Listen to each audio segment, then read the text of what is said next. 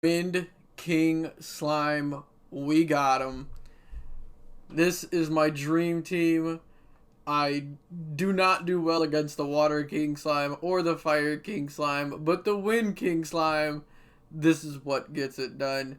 We love it. We got Dark Cassandra coming back. Everyone says she's bad. Everyone is wrong. This unit is a masterpiece. I use her everywhere. We got Douglas. He definitely needs some work. He doesn't have Devilmon in him yet, but his damage is really high. You're gonna see he's just gonna punch the slime over and over again. It's all I need to do. Rauk yet again. You've seen him in pretty much all the slime content so far. Veramos to make sure we're not getting any debuffs and get healed. And then Cocky Diff. Come on, it's Cocky. It's Cocky, man. He's just... that unit's just way too strong. And yeah, so we're just going to run that on auto. They're going to do their thing. We should handle this quite fine. The reason I enjoyed the Wind Slime so much is because this team consistently reaches 2 million damage. They beat phase 6 while being on auto. I don't ever have to touch this. I was very surprised that this team reached, 2 million damage, but hey, I'm not going to complain. I'm pretty happy about it. And maybe sometimes I got to run it once or twice. They just lose on like phase 6 or something, but run it 3 times, they'll get there. I mean, that's all that matters. I'm like, the 10 energy isn't gonna make me cry.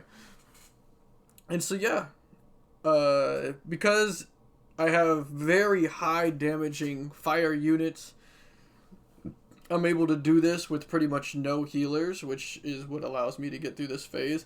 Veramos healing, as well as removing like the break attack and the break glancing hit, keeps us alive, as well as making sure we're doing our max damage output, and that's all I kind of need. Cassandra's here to give the speed lead as well as the attack up buff, because I don't think I really have any fire units that give attack up, especially ones that do as much damage as my Cassandra does. And so yeah, she kind of fit perfectly in here, as well as the speed lead just makes these units a lot faster, because all of them are pretty low. Like, they all have 2,000 plus attack, and the stat that probably gets hit the most would be their speed. Like, I think my Rauk and my Douglas both have about 60, 70-ish speed. My Cocky's really fast. My Cocky breaks the plus 100, but even then, having some more speed on him definitely doesn't hurt for sure. He already has a high base speed, so he's feeling nice and good with those speed leads coming into effect here.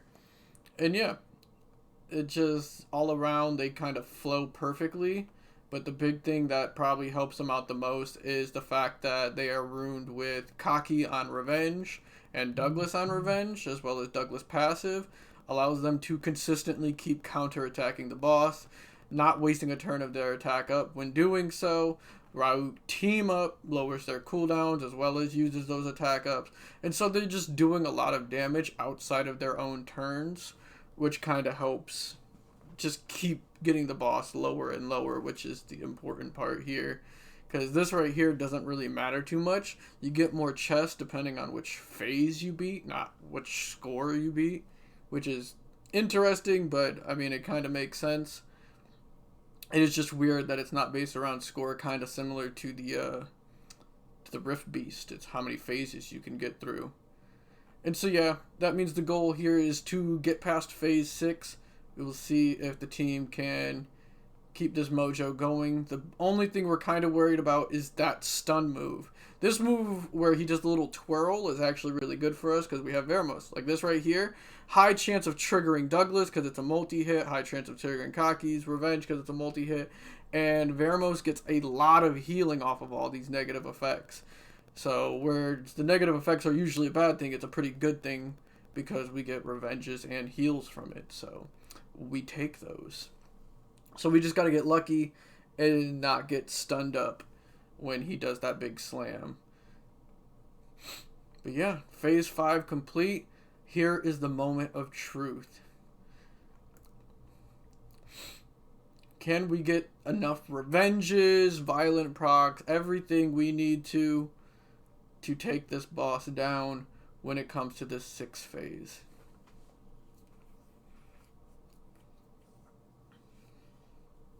Also, if you guys haven't learned anything from these slime videos, build Rauk. Rauk is really good. Put him on violent. Trust. Alright, here we go. Moment of truth. Stuns up. None of my fire units. That's what's important. My fire units are all my damage.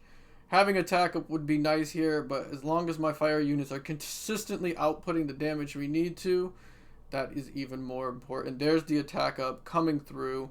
Oh, didn't get rid of the attack break on Rauk. Kind of sucks. Can we get a little counter attack going? There's some counter attacks going. That's what we like to see.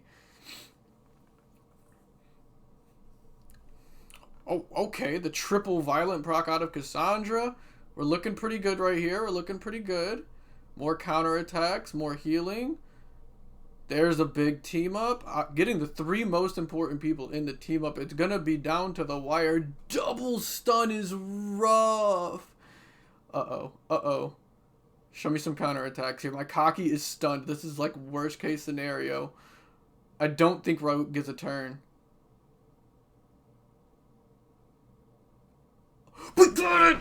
Let's go! Rauk clutches it up. Hits the biggest crit of his life. Didn't even multi-swing. Takes the boss down. There it is. Phase 6 complete. The chests start rolling in. The 2 million damage is achieved. And we are happy getting our maximum amount of chest that I am capable of getting for the week. I highly doubt we make it past phase 7. Hey, cool if we do. I'm satisfied with the 2 million damage. I get my 20 chests from the King Slime alone. We're chilling. We chilling.